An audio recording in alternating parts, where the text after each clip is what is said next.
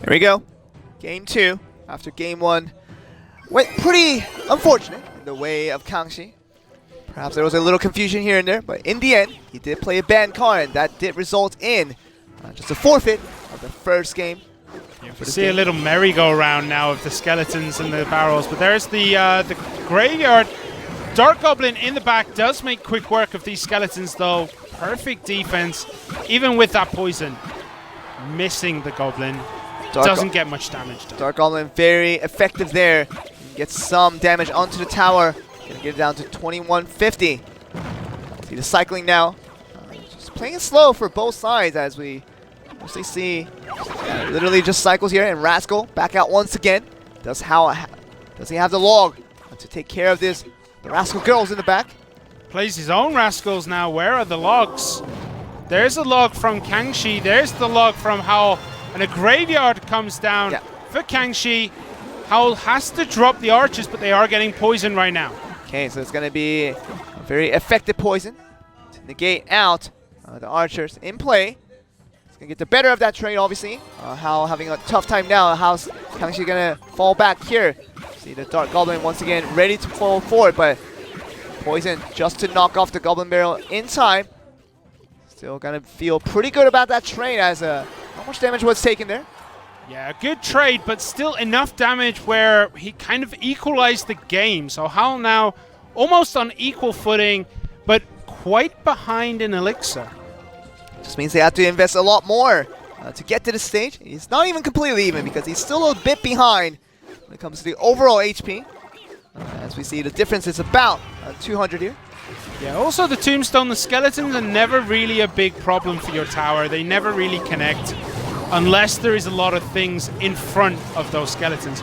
Poison comes down, hits the hut, hits one of the goblins, but doesn't catch everything. Oh, look at the Dark Goblin, though, doing so much damage. He knows that the only thing that he's afraid of is going to be the log and also the poison, but neither are available at this stage here.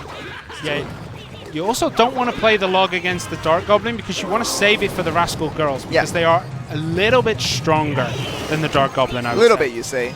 Once you give them a lot of time, that's a strong unit. Brings so much into the play here.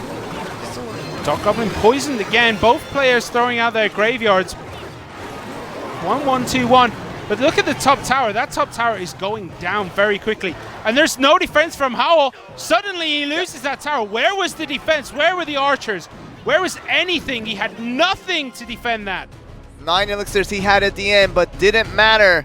Howl could not defend out against that last effort coming in from the graveyard. We had the log to wipe. Right, so we have AHQ Esports Club Kangxi once again in the blue. We have OGN ENTUS Howl in red. And it looks like we're going to be waiting for a little while before they play down their first cards. We haven't seen many 1 minute rush in the 1v1s for quite a while. Once again, it's going to be breaking the silence once again. The bowler. Okay. All right. Not the worst choice against the Tombstone, but it is very weak to air since he cannot throw the rocks that high. It would be pretty tough. As muscular as the bowler is, still going to require some type of energy. Let's see the Mega Mania how it's going to be handled here. Tower going for it here, and see the poison being targeted towards the Tombstone.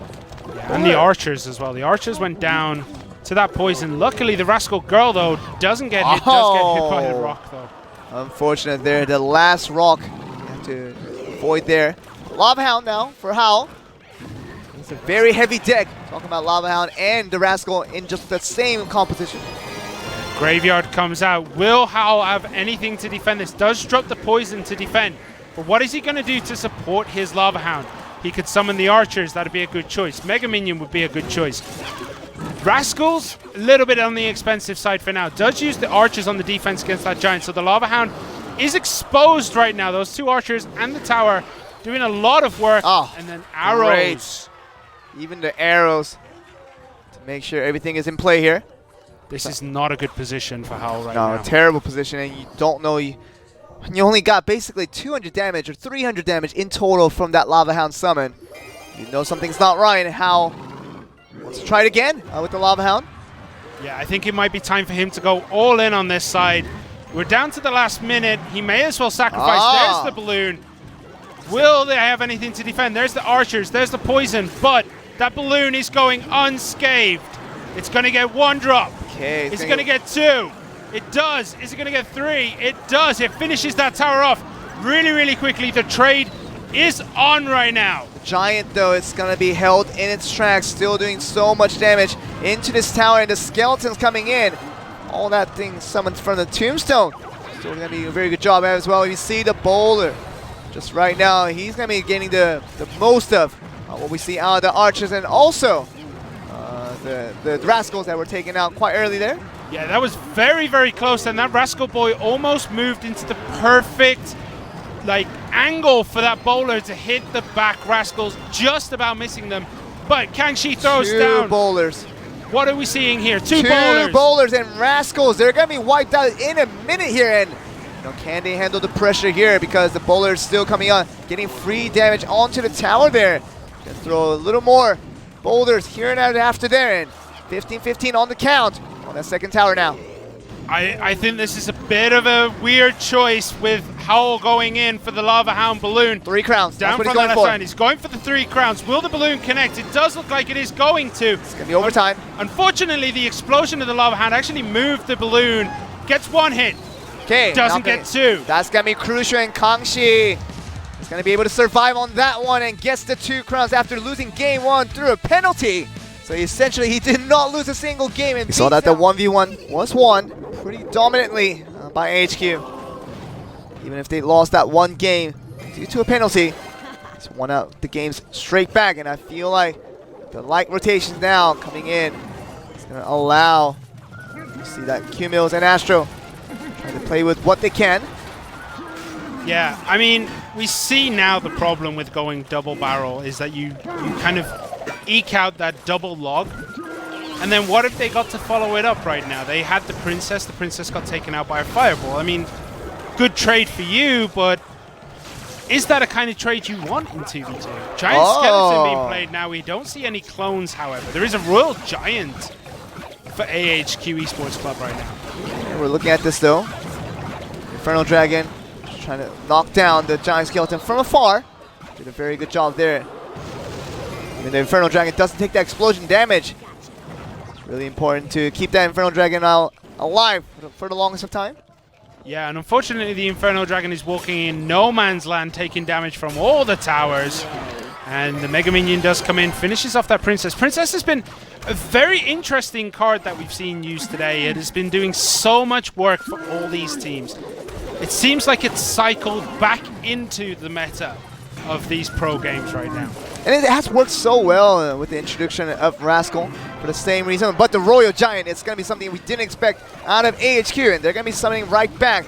Targeting towards the Tombstone first, but this is a level 9, tournament level Royal Giant. So it's not going to have the tanking abilities we see out of the level 13s. We sometimes like to see. Nobody likes to see a level 13 Royal Giant. How dare you say they like to see it?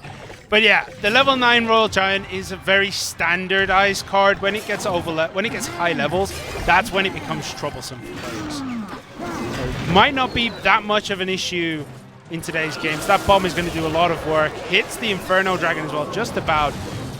And again, goblins don't get any damage done to that tower. Oh, that was a lot of heavy investment. Going for that fireball towards the...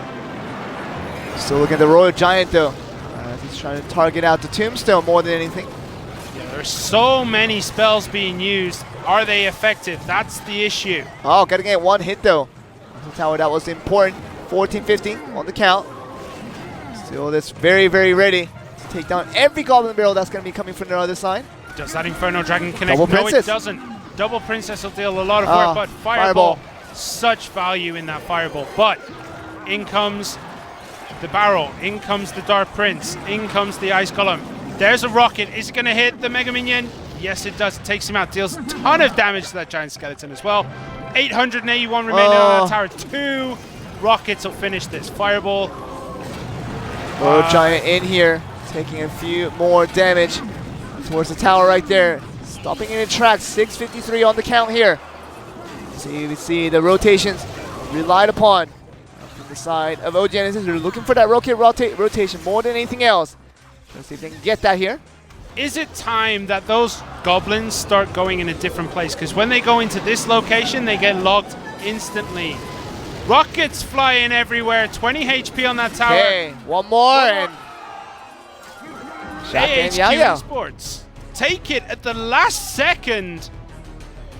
It was hard to tell who was going to win that. It was a spell rotation in the end. Rocket takes a very interesting game so far. We thought OGN ENTUS would put up a bit of a punch, put up a bit of a fight against HQ, but hasn't really been the case for today's games, as it's been one-sided for most of the story here. Can you see what I see for OGN ENTUS? They are bringing the clone spell, which means we're going to see Night Witch. We'll probably see Lava Hound, and we'll see a lot of clones going on. But Fireball's coming in, taking out those Dark Witches before. So much is going on right now. Who is taking the lead? Golem connects onto the tower, but there are Inferno Dragons there to try and take them out. So defensive miner and even there as well. So the mini Golem still doing a lot of damage. Untouched, as it now just going to be exploding down to 1561 on that first attempt there. Not the best of trades there for OGN ENTUS. They lost quite a lot of elixir in that defense. And we see that they do play down this Lava Hound. It's going to slowly walk up that lane, summoning the Tombstone to get rid of the Prince. And the Inferno Dragon just moved out of range there, out of the tower. So it is going to be able to connect. Fireballs to take out the Executioner. Perfect play if they're going to play this clone. Clone comes in a little bit too late. That wasn't the best use of the clone there. You wanted to make sure you keep that Lava Hound intact, but didn't get much effect out of that 3 elixirs used just to get that down. Did no damage for 3 elixir. That's a very all-in kind of heavy play, and they didn't pull it off that time. They brought in an all-in deck, but really is not making the all-in push, and gotta have the aggressiveness to get that done. But when you're so busy defending most of the time, it becomes increasingly difficult for OGN ENTUS to get what they want. Yeah, when you use that clone spell like that, you want the Lava Hound and you want the Night Witches. Cards that summon things when they die. That's what you are looking for when you use that clone spell. But it's not what OGN ENTUS have been able to achieve. And look at this. Every unit under rage. We have the Prince, the Dark Prince. The Dark Prince does die. Oh, the Executioner, beautiful there. Look how much damage that Golem is doing. Does take down the tower. There's 34 seconds remaining. Will OGN ENTUS be able to take a tower? Honestly, it doesn't look like they will be able to. The skeleton barrel comes in. Boom, like that. Oh, even the clone again. No! They fireball, but the pubs are doing a lot of damage. That Lava Hound is still there. Will he be able to take down that tower in 10 seconds? It doesn't look like it. Pubs come in. Beautiful. Executioner cleans everything up. Fireball comes in. 544, but that Prince is doing so much damage on the top. And I think it's over. There it is. ahq eSports take game number 2 and conclude match number 2. Last series.